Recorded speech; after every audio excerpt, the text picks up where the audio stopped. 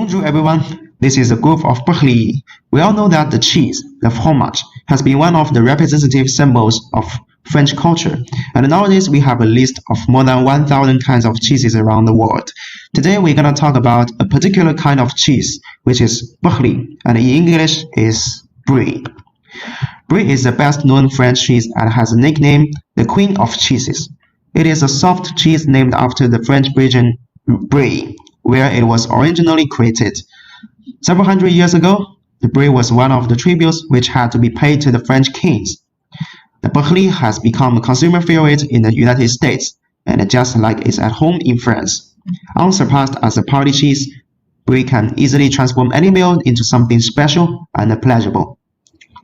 There are many kinds of Brie made all over the world, including the plain Brie, the double and triple Brie, and so on. Despite the variety of Bries, the French government only officially certifies only two types of cheese to be sold under that name, which are Brie de Meaux and Brie de Melun. The left picture shows Brie de Meaux. The Brie de Meaux is manufactured in the town of Meaux in the Brie region since the 8th century. It was originally known as the Queen's cheese. It was granted AOC in 1980. And for your information, AOC means Protected Designation of Origin. This is a French certification granted to the certain French geographical indications for wines, cheeses, butters, and other agricultural products.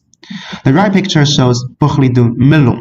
Brie de Melun is smaller than Brie de Meaux, but considered strong flavor and more pungent smell.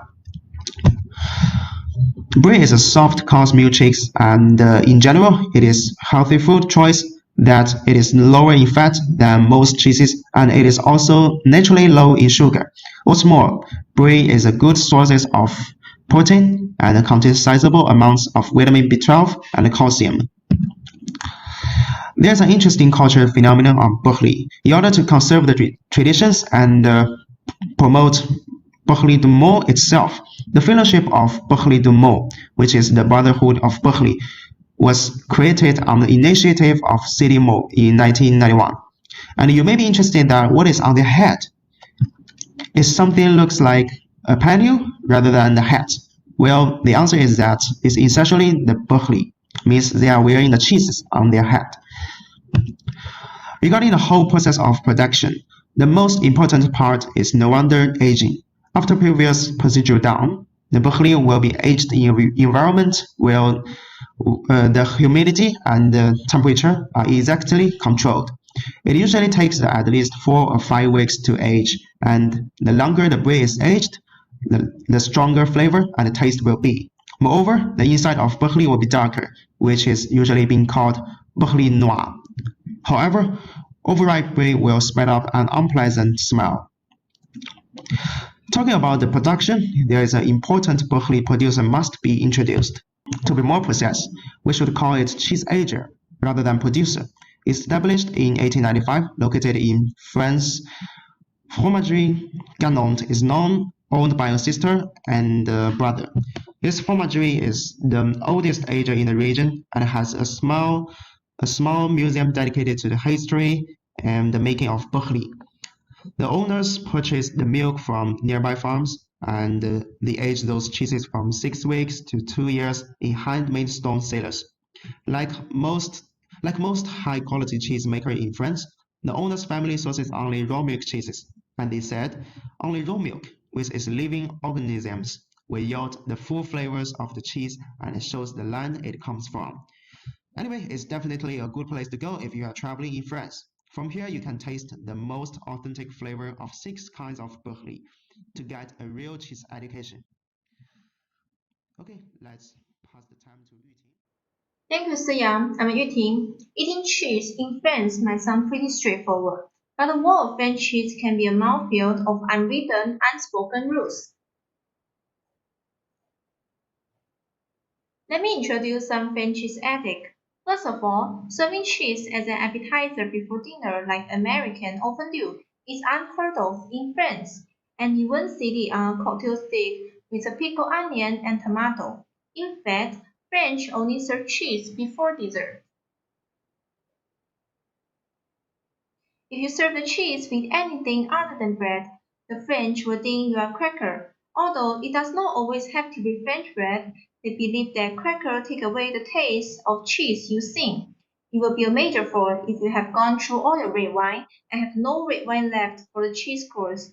In general, red wine is served with cheese in French, true not always. What wine to pair with what cheese is a whole new subject that can be saved for another rainy day. But often pairing a wine with a cheese from same region is one way to do it. Another is just to experiment, though French tend to stick to what they know, which is red. If you are one putting together the cheese plate, keep in mind that there should always be an odd number of cheese for aesthetic purpose. In order to maintain the balance in the universe, there should be a minimum of 3 varieties: a soft cheese, a hard, and one blue or gold cheese. When planning to eat cheese, take it out from the refrigerator for about an hour before eating. Room temperature is where those delicious flavors really come out. Since there are many hidden rules about French cheese ethics, the question is how to eat Brie, which is one of the famous cheese in French, just like French do. First, we need to know when to serve Brie. Brie is ready to serve when it's ripe. The outside will be firm, while the inside will be slightly bouncy and resilient. Underripe Brie can be stiff to touch, while overripe Brie may be creamier and almost runny.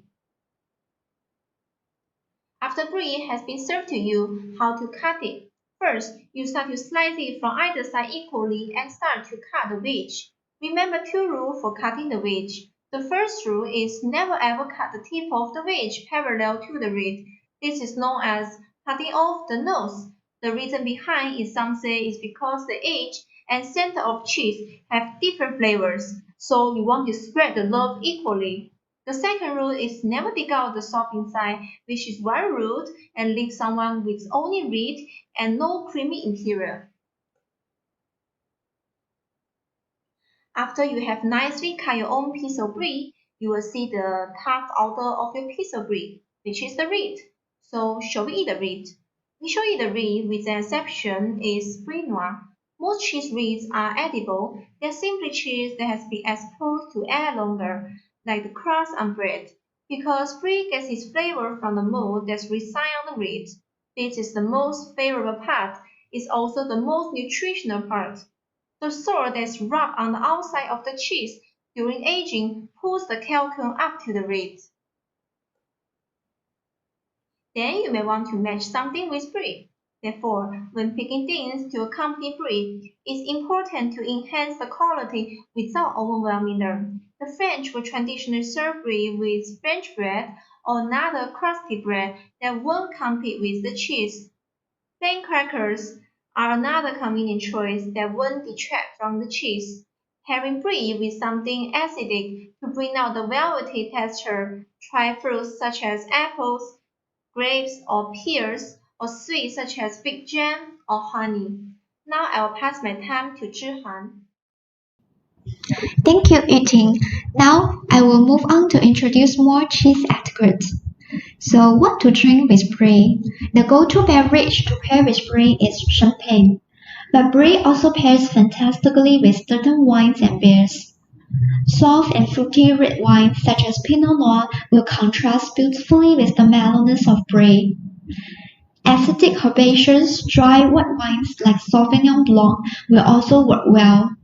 Or you can also try hearty beers like Scotch ale, stout, or porter with brie. Additionally, beer that is on the fruiter side or a highly carbonated pilsner will enhance any brie experience. And if alcohol isn't on the menu, light and fresh fruit juices like apple or grape juice pair perfectly with brie. After knowing the cheese etiquette relating to serving brie, you may be wondering how long can I store a brie? Well, you can store it for 2 weeks for normal brie and basically forever for brie noir or brie sec. On the other hand, ripe, which is uncut brie, may be frozen up to 6 months. Here are some insights on how we could store brie properly. Cutting into brie halts the ripening process. At this point, eat the cheese within the next several days or refrigerate it until your next snacking occasion. The trick is to wrap the remaining cheese in wax paper or parchment paper. You should always avoid using plastic wrap for fresh brie.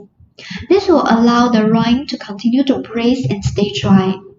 A fun fact is that brie stops aging once it's sliced, so if it's not properly aged when you cut into it, it will not improve. Once you know how to eat brie, there are endless options for making use of its creamy, desirable flavor. If in room temperature brie is silken and soft, then you may warm it. Baked brie is positively luxurious, and in warmer months, you could also try placing a wheel on the grill.